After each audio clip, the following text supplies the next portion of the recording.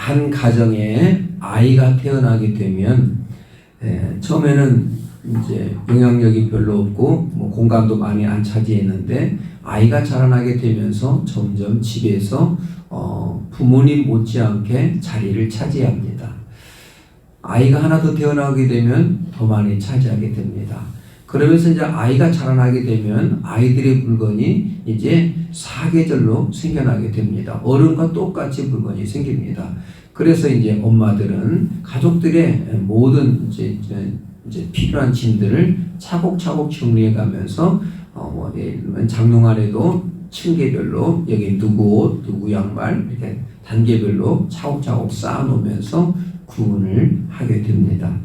그런데 점점 이렇게 짐이 많아지는데 정리를 깔끔하게 해놓으면은 가족들이 많아도 이렇게 어디에 무엇이 있다는 걸 알게 되면 자기 것을 잘 찾아 쓰게 됩니다.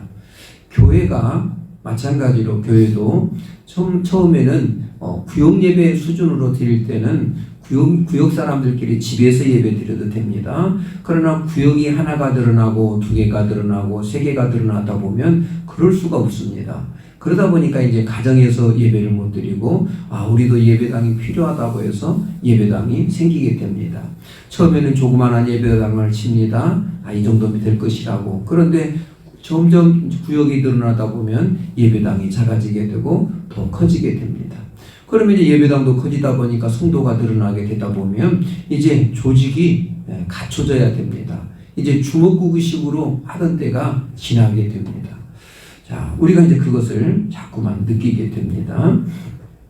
그러므로 이제 교회가 세워질 때 필요한 조직이 생겨나게 되는데 오늘 말씀해 보니까 제자의 수가 점점 늘어났다라는 표현이 있습니다. 6장 1절에 그때 제자가 더 많아졌는데 그러면서 제자들이 많아지게 되었대요. 예수 믿는 사람들이 점점 많아지게 되다 보니까 이제 조직이 점점 커지게 되었어요. 그래서 사람이 적을 때는 이제 이런 일도 하고 저런 일도 하고 그냥 간단히 사도들이 이끌어 갔어요.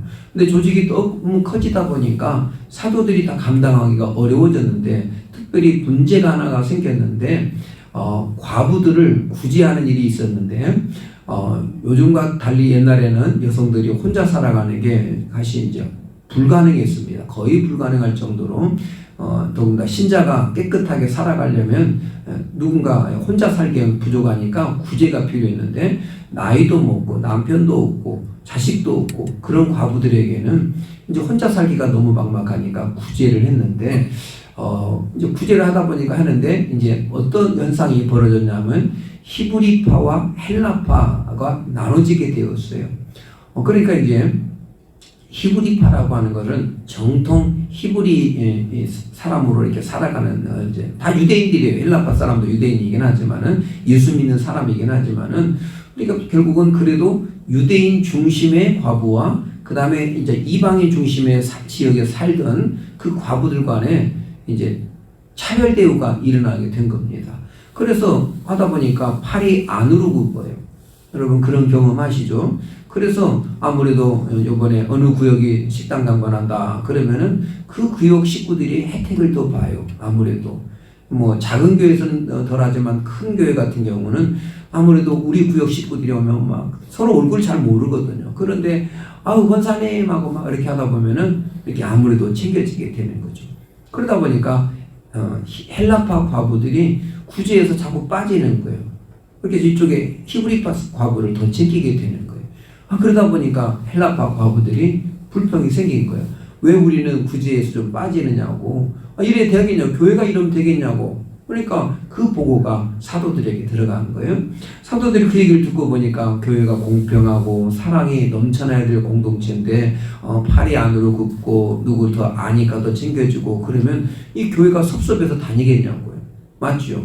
그러니까 교회를 똑같은 마음으로 목사님이 다 사랑해주고 성도들이 딱 사랑해주고 교회가 공평해야 되는데 예를 들면 서울의 어느 교회가 전라도 지역에 사람의 교회가 있어요. 그런데 목사님도 전라도 사람이고 장로님도 전라도 사람, 대부분의 전라도 사람인데 갑자기 경상도 사투리를 쓰는 집사님이 한 분 오셨어요. 그러면요 낯설고 어색하거든요. 그런데 그런 것을 차별 대우를 하고 막 아유 뭔 사투리를 저런 걸 쓴다냐, 아유 못 알아듣겠다, 뭐 이렇게 해버리면은 뭔가 이게 불편하잖아요. 이렇게 그래서 공평하게 똑같이 차별 없이 이렇게 되도록 해줘야지 맞다는 거죠. 이게 교회는 그래야 되고 나라도 그렇게 해야죠. 나라의 대통령이 경상도 대통령이 되니까 경상도만 발전하고 전라도 대통령이 되니까 전라도만 발전하고 그러면 충청도 사람은 지금까지 대통령도 안 나왔는데 이제 섭소해서 못 산다는 거죠. 그러니까 그게 마음에 쌓인다는 거예요. 그래서 누가 대통령이 되든 간에 누가 국회의원이 되든 간에 골고루 이렇게 해줘야 하는 게 맞다는 거예요. 교회가 더욱더 그리해야 된다는 거죠. 그런데 그 불공평으로 인하여서 불만이 생기게 되었어요. 그래서 12사도가 2절에 보니까 모든 제자들을 불러 모아놓고 뭐라고 했냐면 우리가 하나님 말씀 전하는 걸 제쳐놓고 이 굳이 하는 일에만 신경 쓸 수가 없다. 그러니까 너희들 중에서 일꾼을 좀 세워줘라. 그래서 사람을 좀 세워달라. 이렇게 부탁을 합니다. 그래서 이제 칭찬하는 사람, 이제 3절에 보니까 형제들아 너희 가운데 성령과 지혜가 충만하여 칭찬받는 사람 7을 택하라. 이 일을 우리가 그들에게 맡긴했다. 이렇게 하고 우리는 오로지 기도하는 일과 말씀 사역에 힘쓰리라. 이렇게 하면서 얘기를 줍니다. 이게 이제 교회가 분화되는 이제 시초의 모습입니다. 그래서 이제 교회가 말씀을 전하는 목사와 그 다음에 또 성도들을 대표해서 성도들을 잘 이끌어갈 수 있는 장로, 권사, 집사 이렇게 조직이 생겨나게 되면서 교회가 탄탄해지고 세워져 가더라는 거예요. 그러니까 사람이 적을 때는 괜찮아요. 그냥 별 문제가 안 돼요. 구역예배 수준에서는 별 문제가 안 돼요. 서로 간에 몇 사람 안 되니까. 근데 조직이 커지다 보면 분명 꼭 나눠져야 돼요. 우리도 뭐 그리 큰 교회는 아닙니다만 그래도 이제 조직이 생겨서 구역별로 밥을 해야 되고 뭐 이게 이전에는 밥을 아무나 해도 좋고 사람도 몇 명 없는데 내가 다 할게 이렇게 됐는데 조직이 커지다 보니까 한 사람에게 다 할 수가 없는 거죠. 사람도 많아졌으니까. 그러다 보니까 조직이 나눠져서 오늘 몇 구역이 담당이다, 청소는 몇 구역이 담당이다, 이렇게 어디 있는 누가 담당이다 나누니까 여러분 이제 교회가 좀 어떤 평안함이 느껴지죠. 그러면서 안정이 되고 더 성장하고 성도들이 편안하고 뭐 누가 와서 봐도 평안하고 좋게 느껴지는 거예요. 그러다 보니까 이제 모든 것이 바뀌다 보니까 좋아지는 거예요. 근데 좋아지는 것만이 있는 것이 아니라 좋아지는 것만큼도 조직이 커지니까 문제도 자꾸 많아지게 되는 겁니다. 그래서 우리가 이제 이걸 염두에 둬야 돼요. 교회가 커지기만 하면 좋은 것이 아니고 커진다고 나빠지는 것 아니고 커지니까 좋아요. 그러면 커질수록 뭔가 준비를 해야 된다는 거예요. 조직에 맞춰서 잘 움직여야 돼요. 그래서 이제 주의종은 말씀 전하는 일과 기도하는 일에 전무하도록 자꾸만 시간을 배려해주고 목사님 이거 우리가 할 테니까 목사님 이 일에만 전념해 주세요. 나머지 우리가 봉사할게요. 그러면서 하나하나 이렇게 넘겨주고 맡겨주는 거예요. 제가 사실은 뭐 다른 것도 제가 할 수 있잖아요. 제가 안내를 하면 못하겠습니까? 찬양팀을 하면 못하겠습니까? 뭐 어떤 걸 차량 운행해도 제가 할 수 있고 다 할 수 있거든요. 그런데 나눠주는 거죠. 그래야만이 이렇게 분담을 할 수 있기 때문에 그렇다는 거죠. 저도 이렇게 설교를 해봅니다만 구역 예배에서 설교하는 것하고 새벽 예배 때 설교하는 것하고 금요기대 때 설교하는 것하고 주일 예배 설교하는 것하고 오후 예배 설교하는 것하고 느낌이 달라요. 여러분은 안 느낍니까? 느낌이 다르다니까요. 각 예배 때마다. 그러니까 그때마다 다른 모든 것이 있기 때문에 신경이 더 많이 쓰이는 거예요. 여러분 주일 예배를 구역 예배처럼 인도할 수가 없거든요. 그러니까 이게 모든 것들이 조직이 커지게 되면 확실하게 달라지게 돼 있어요. 그래서 이제 우리가 같이 도와주고 해야 돼요. 이번 명절에도 여러분 제가 부탁드렸던 것처럼 온 가족이 행복하는 것에 초점을 두셨는지 모르겠어요. 말귀를 알아듣는 우리 장포교회 성도들은 그렇구나 행복을 하기 위해서 온 가족이 같이 업무 분담을 하고 같이 신경을 써주고 이렇게 한 가정은 행복했을 거예요. 그런데 막 갑자기 살림살이 막 그릇 다 꺼내놓고 막 온통 하는 거 평소 때처럼 혼자 다 한 집은 아주 그냥 죽을 맛이었을 거예요. 힘드니까. 그래서 이제 조직이라는 게 이런 의미에서 너무 중요하다라는 겁니다. 자, 그래서 이제 교회가 조직화되어 가면서 해야 되는데 이때 일꾼의 자격에 대해서 이제 오늘 말씀을 해줘요. 그러면서 사도들이 뭐라고 하냐면 성령이 충만해야 되고 지혜가 충만해야 되고 칭찬받는 사람으로 세웠으면 좋겠다라고 일꾼들을 대표해서 뽑아야 되는데 교회 안에 일꾼들은 이래야 된다라고 조건을 얘기해줘요. 자, 첫 번째 조건이 성령의 충만함이 있어야 된다라고 말합니다. 왜 그러냐면 성령 충만하지 않아도 이것 좀 해주세요 이렇게 하고 하면 돌아가는데 회사나 공공기관의 직장에서는 성령 충만하지 않아도 돌아가요. 자, 성령 충만 대신 뭘 줘요? 그렇죠. 월급을 줘요. 월급을 주니까 조직에서 돌아가요. 그런데 아무튼 기계적으로 돌아가요. 그래서 상막은 해요. 직장이 어때요? 분명 성령 충만한 직장은 아니에요. 월급에 의해서 움직여요. 그래서 조금이라도 불평이 생기고 누가 좀 먹으면은 불평이 생기고 분쟁도 생겨요. 내가 하는 일에 비해 월급이 작다 그러면 금방 불평이 나와요. 그러나 교회는 아무것도 주지 않아도 성령의 충만함이 있으면 돌아가더라는 거예요. 그러니까 교회는 월급을 주지 않거든요. 알바비를 안 주거든요. 여러분 새벽 예배 나왔다고 알바비를 줍니까? 주방 봉사했다고 알바비를 줍니까? 안 주거든요. 그러니까 오직 성령의 충만함이 알바비가 되는 거예요. 그러니까 성령 충만하지 않으면 교회는 안 돌아간다. 이렇게 이제 마음에 새기셨죠? 절대 안 돌아가요. 성령 충만하지 않으면 교회는 유지될 수 없는 곳이라는 거예요. 그러므로 성령 충만해야 돼요. 그래서 조지 뮬러 목사님은 기도보다 성령보다 앞서지 마라 항상 당부했어요. 기도보다 성령보다 앞서지 마라. 모든 봉사를 하더라도 기도보다 앞서면 안 되고 성령보다 앞서면 안 된다는 거예요. 그러니까 여러분 봉사하다가 종종 느끼는 게 뭐냐면 봉사하다가 분쟁이 일어나는데 성령 충만한 상태가 아니라 내 열심으로 하다가 보면 그런 분쟁이 일어나요. 교회가 시작하기 전에 예수님은 성령을 보내셔서 성령을 충만하게 하셨어요. 그래서 교회가 시작되기 전에 예수님이 부활승천하시고 난 다음에 교회가 시작되기 전에 성령의 오순절 성령 강림 사건이 일어났어요. 그리고 제자들이 방언을 하면서 성령의 충만함을 받게 되었어요. 그리고 나니까 움직이더라는 거죠. 성령 충만해지니까 전도하더라는 거죠. 성령 충만해지게 되니까 나도 모르게 내 것을 내 것이라고 주장하지 않고 나눠 먹더라는 거예요. 자기 집 재산을 팔더라는 거죠. 그리고 나눠 먹을 줄 알면서 아까워하지 않다라는 거죠. 이게 바로 교회라는 거예요. 자, 다시요. 교회는 이런 성령의 충만함이 없이는 절대 유지될 수 없는 거예요. 그렇기 때문에 우리 특별히 봉사하고 섬기는 일꾼들이 기도하지 않으면 성령 충만하지 않으면 문제가 생기기 시작해요. 조직화가 되어가면서 자꾸만 문제가 돼요. 그래서 제가 자꾸만 일꾼들이 기도하지 않으면 제가 안 됐다고 강조하고 중직자들은 기도 안 하는 사람, 새벽 예배 안 드리는 사람은 일꾼으로 안 세우고 싶다는 게 그런 거예요. 왜냐하면 오히려 성도들을 때리고 다니니까. 교회를 오래 다녀가지고 일꾼이 되면 중직자가 되면 이게 조직으로 회사처럼 생각한다니까요. 오래 다니면 고참되고 이런 것처럼 생각해요. 아니에요.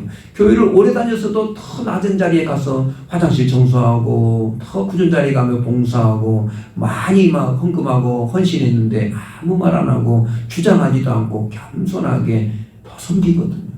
그러니까 성령 충만해야만이 교회가 화평하게 되는 거예요. 그러므로 여러분 이걸 가져야 돼요.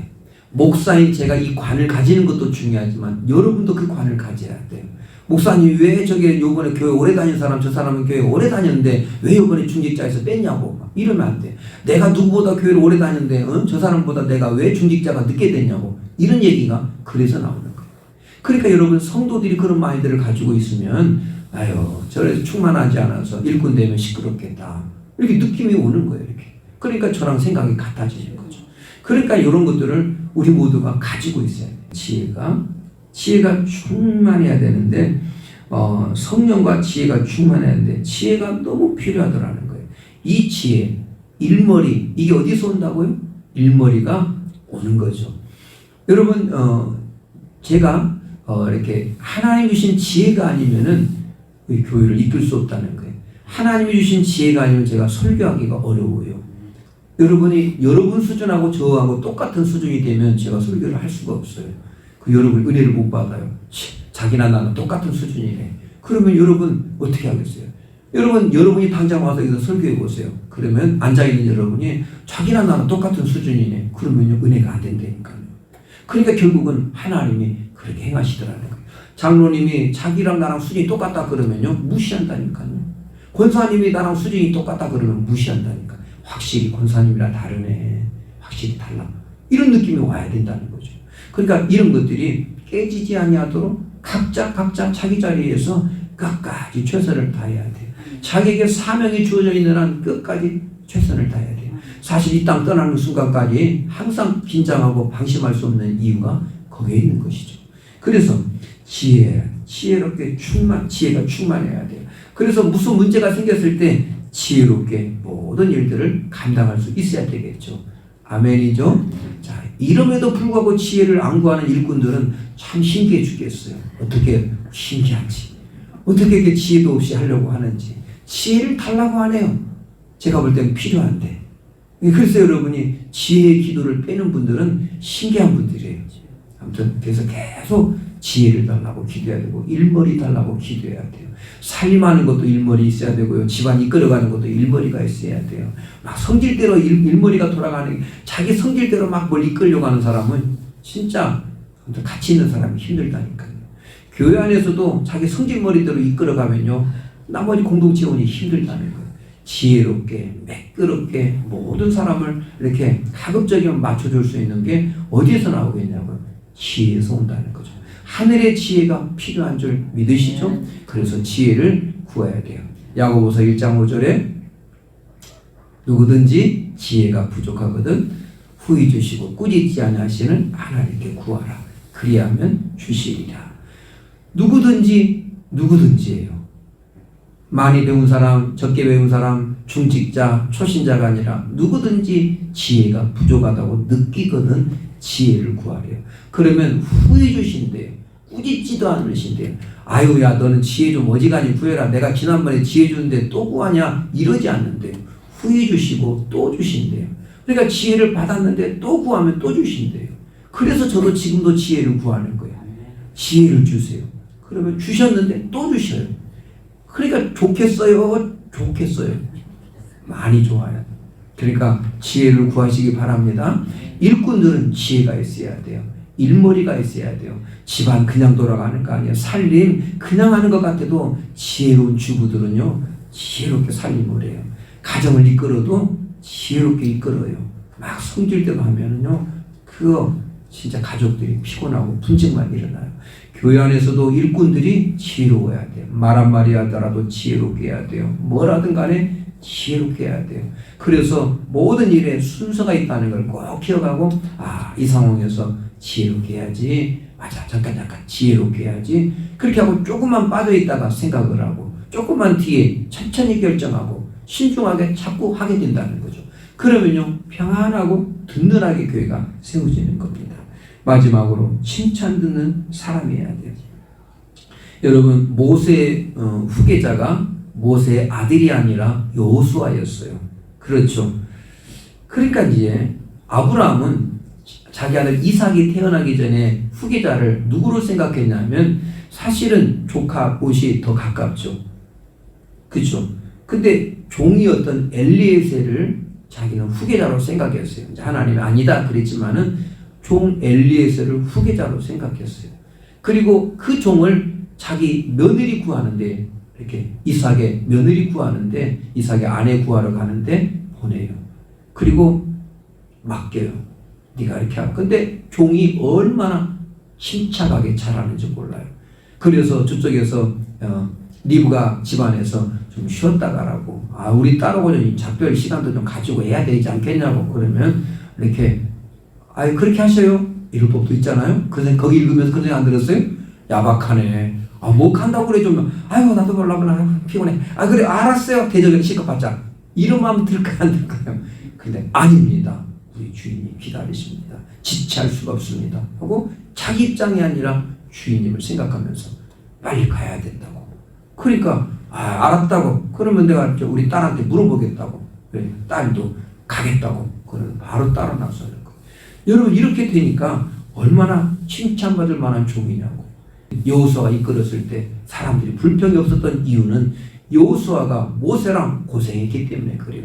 칭찬받을 만큼 진실하게 정탐 보냈을 때도 다른 사람들은 막 못한다 할 때도 여호수아는 할 수 있다고 하나님 편에 모세 편에 서서 철저하게 순종했던 사람이에요. 그러니까 여호수아는 칭찬받는 사람이었기 때문에 아무 소리가 안 일어났다는 거예요.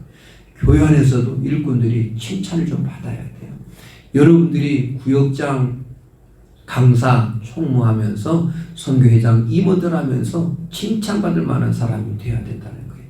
칭찬이 있어야 돼요. 참 저분은 역시 참 일을 잘해, 말을 예쁘게 해, 참 머리가 좋아, 깔끔하게 일 처리해, 말을 함부로 안 해, 참 어쩌면 저렇게 지혜로울까. 좀 부자인데 돈 자랑 안 해, 참 많이 배웠는데 절대 배운 척 안 해, 참 괜찮아. 이렇게 참 저분은 참 행동 하나가 너무 예뻐. 이렇게 저분 정도 되면 저렇게 교회 안에서 기도 많이 하고 또 봉사도 잘하고 성실하고 책임감 있는 사람이라면 우리가 따라줘도 되지 않을까? 그리고 잘 따라준다는 거예요. 그러니까 그 리더 밑에 있는 구역은 평안하고 든든하게 세워져 간다는 거죠. 그러므로 이렇게 중요한 거예요. 일꾼이 세워질 때 바로 주님이 이걸 기준에 뒀다는 걸 우리는 잊지 말아야 됩니다. 그럼 우리 교회도 똑같아야 돼요. 리더가 바뀌더라도 교회는 주님의 방식으로 무장이 되어야 된다는 거예요. 그러므로 성령으로 충만하시기 바랍니다. 지혜로 충만하시기 바랍니다. 칭찬 듣는 성도들로 무장되시기 바랍니다. 이것이 바로 우리 교회의 기본 틀이 되는, 하나님 나라의 기본 틀이 되는 줄 믿습니다.